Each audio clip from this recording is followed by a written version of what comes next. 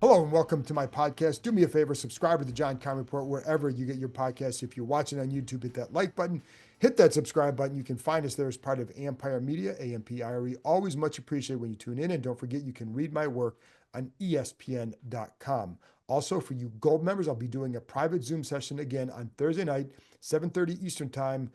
Join me there. It's been a really good sessions, and I'm hoping you Gold members are getting a lot out of this because we're getting more and more to show up for these. Really good. We're getting some more guests to come on. We had Kevin Sheehan last week, a really good conversation with the handful of Gold members that were able to join, but we're getting more of that, and we're going to keep doing more guests, etc. So if you want to become a Gold member, go to the Empire Media YouTube page, see the word join, click on there, go from there. Anyways, looking forward to that as always. Now, today, what you want to tune in for is the news of the day. And there's a few big items, and I want to talk about the news, but also the impact of all these news, because that's what's going to affect the play on the field. The biggest one is losing receiver Noah Brown. I'm going to get to Marshawn Lattimore. I'm going to get to KJ Osborne, but you got to start with Brown because this was not what I think we were expecting to hear today when I asked Dan Quinn, hey, can we get a Noah Brown update?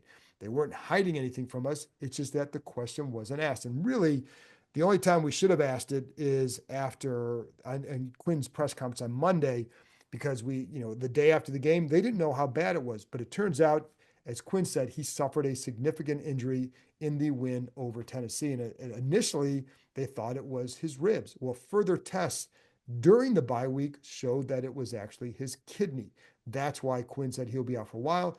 As I record this, he has not yet been placed on injury reserve. Clearly, it's headed that way because, as Quinn said, he's likely out for the year. So anyway, just a really tough blow for Brown, who is having a good year, and for the Commanders, whose offense really was able to tap into what Brown offers. And so, just a significant loss, as Jaden Daniels called him an impact player. And Quinn talked about his toughness and just how he helped, not just on the field, but in the classroom and just in general. So there's a lot of things that he added. And it's funny because I think I told you this, but I was talking to a defensive coach recently who has faced Washington this year, and I asked him about, just about McLaurin, the receivers, and all that. Well, the guy that he really talked about more was Noah Brown.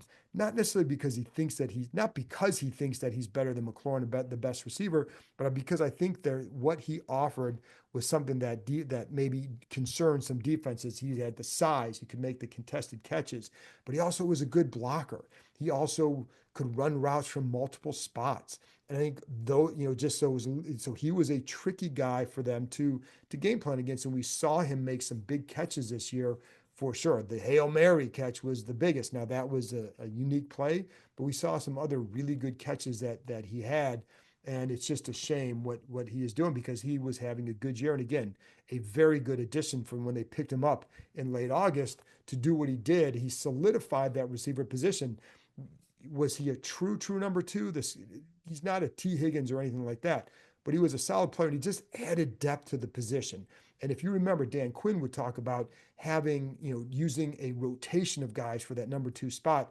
Well, because of his performance and because of what he could do, it certainly deepened that group. And also it quieted the talk about, well, who's the number two receiver, which was a big discussion before the season. Didn't mean that he was that he had the firm grip on it for the future, but for this year, he had emerged as a guy that could really help them. And it's funny because the other thing, and I was talking about this with De'Ami Brown as well, but De'Ami Brown and Noah Brown both could offer different things. And I'll get to De'Ami in a minute, but you saw in the last game, you saw Noah Brown serving as a lead blocker going through the hole. Very few receivers can do that, but it was that physical play that he really kind of added as well. So, he offered a lot for them. And is this, it's not the same as losing to McLaurin or anything like that, but it is a solid loss for them. As Quinn said, it's a tough loss for them. So the one thing is then you get into, okay, how do you replace him? And let's start with De'Ami Brown. In fact, I did ask De'Ami Brown about the situation, what it means for him, but also what he feels he's been able to show this year, because he too has been able to show a lot. So listen to what he has to say. Hey, De'Ami, what's this chance mean for you? I mean, obviously you've been getting a lot of stuff and getting some good production, but you're going to, I would assume, get more of an opportunity now. What does that mean for you? It just allows me to go out there and play, show the guys what I can do, and I think with the opportunity being presented, it just me being out there taking advantage of it. Because just knowing how the opportunity can be limited, just to get a little bit more, you always can do more. What have you feel you've shown more of this year? Physicality, run at the catch, and just being able to take advantage of opportunity and being grateful for the opportunity that was given. I think in the past it wasn't too many opportunities. It might have been like one or two a game, but I think with any opportunity that's given, it's a great one. So what do you think you can show more of as we go forward here? Definitely to be a complete receiver. My thing is I want to be able to show that I can run every route still at this point, and then be able to compete at a high level. Thanks, man. Appreciate Thank it. you.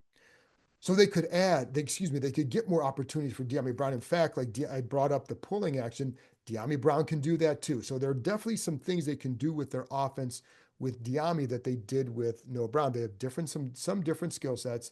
Uh, De'Ami can make plays down the field. He's not the same contested catch guy that Noah Brown is, but he's also a very physical guy too. So he gives you that element which we've seen on those screens, etc. So I think you're going to see more of him. And then you see, the hard part here is not just losing Noah Brown, it's also the loss of Austin Eckler because it's who's going to emerge as the other guy, the other threat. Zach Ertz has been fine, he's been solid. He's had a few drops. We know that he's not a dynamic threat for them, but he is a guy that can certainly serve as a good underneath option for Jaden Daniels. But they need another guy who threatens a defense. And you have Olamide Zaccheaus. He's had some good games too. And you have Luke McCaffrey. We keep waiting for him to have something. As someone else pointed out, like you have a couple, you have guys like McCaffrey and tight end Ben Sinnott who have not really had for being top 3 round picks. You'd like to see more production from them. Now, in McCaffrey's case, he has 17 catches, and they can only do what they can't throw the ball to themselves, as they say. And I'm not even saying that they should have been a huge part of it, but now they're going to need more from somebody else, right? And McCaffrey gets playing time. He can block. He does do things, and he has been open at times. Now he has a lot of his average distance of separation is pretty high according to like next gen stats. Well, some of that's because of the routes he runs. But also, there are times where he's been open. So, could he be a bigger factor in the future? Yes, especially on some broken plays, and that could happen even Sunday against the Saints. So that's another one. He's another one to watch. And then of course, um, they I think the other thing that you do here is you're going to lean hard on the run game, and that's where it's good that Brian Robinson had another week to rest after returning against Tennessee and seeing what he can do. But he and Chris Rodriguez and Jeremy McNichols will be key down the stretch. I think relying on that run game helps put you in a better spot, like it did against Tennessee, put them in a really good spot on third down. And when you do that, you control the ball, you control the game, you score 42 points. So I think like that's another way that you're going to use not just replacing Noah Brown as a receiver, but it's like what the offense can do. But again, like one thing when you see an offense that's really going well with the backs, those receivers are doing a good job blocking, and that's Noah Brown and it's De'Ami Brown. And I told you, I talked about McLaurin. I thought last game McLaurin was really good in that area. Other times he's kind of inconsistent. So that's something to. And McCaffrey's pretty good with that as well. Then you get into, and I think Zaccheaus as well. Zaccheaus is a massive hustler, but he's just not as big. The one thing too that is now we get into the KJ Osborne situation because they picked him up. New England cut him. Washington has them now, so that's a good addition. And it's funny because I was texting with some people who've coached him in the past, and like one person told me he's a solid, versatile receiver, can play both inside and outside. One coach said he sees him more as a number three than a number two. Well, if you're a number three here, it just adds some depth to the Commanders. Considered a little bit more of a possession guy. Again, can line up at all different spots, more of a Z. So opposite McLaurin in New England, only played in 7 games, wasn't very productive. They had a glut of receivers. They drafted a couple guys who were playing ahead of him, and so he just wasn't. There wasn't a spot for him in New England. In Minnesota, he had 158 catches over a 3-year span, and so he developed a nice rapport with Kirk Cousins. So he can play. And so he can help them. I don't know how soon he'll be able to help them, but I think he adds to the depth that they have. And one thing that Quinn talked about was they do feel like they have a pretty deep, or they have a pretty good group there. And I also have to mention Jamison Crowder because he's been the window for the 21-day. His return has been opened. He's another guy. Now he's not Noah Brown, but he's another guy who has a skill you can tap into. And that skill is he can win quickly off the line. They don't have a lot of guys who can do that. Crowder can do that. He's not going to beat you down the field, but he can get you that quick underneath little jittery bug type stuff that maybe you can get 6 or 7 yards to get 2nd and 3, right? That's very valuable. So I think like that's another guy to watch whenever they activate him. And I don't know when that's going to be at is, and how much would he be incorporated in offense? I don't know how much that is either. I think one other key here is with Cliff Kingsbury talking to people, and talking to people here throughout this year, one thing they really like that he does is he finds out what these guys can do. And I think we've seen that time and time again. He's willing to put guys in roles that suit them. Like not every coach talks about that. I can tell you, not every coach does that. I think Kingsbury's done a good job with that. So if there's a way to find something for Crowder to do, he'll get you there. If there's a way for Osborne to provide some routes that can help down the stretch, he's going to find that as well. So I think that's one thing to feel good about here, but it is a significant loss for Washington's passing game because I do think Brown was having a good year. And even after his year, I would have said that you still need to go out and get a strong number 2.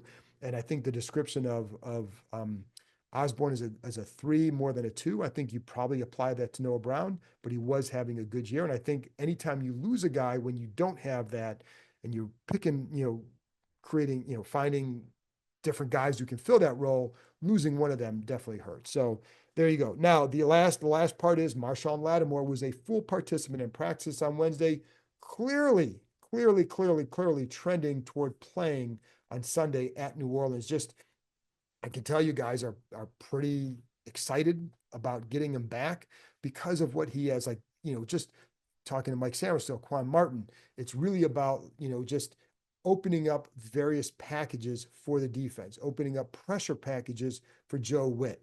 Can you get more guys in the box? And when I was talking to Martin, he's like, he wasn't quite sure that was going to be the major impact. It doesn't hurt, but I think it's as much about having a guy on a side that you can trust. And like for example, in practice, there might be a situation where he's got Lattimore over there. Well, he's going to focus his attention over here, especially if he knows Lattimore's in man. Now, if it's zone, you play your zone. You've got to play your zone.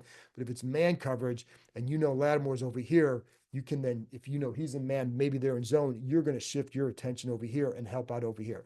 That's a big impact. So, but again, we don't know officially yet if he's going to play, but full participant, folks, that's a really good sign. And then the last thing is Andrew Wiley was cleared from, he's now out of the concussion protocol, so he'll be good to go as well. So, but the big news, of course, is Brown picking up KJ Osborne, and then Marshawn Lattimore, finally a full participant in practice.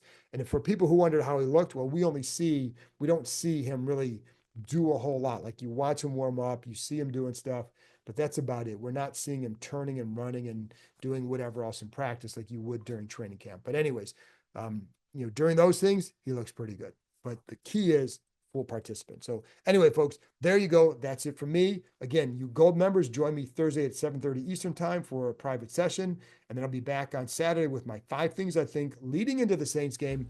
Crucial stretch here, folks. Get ready for the playoff stretch, and we'll talk to you next time.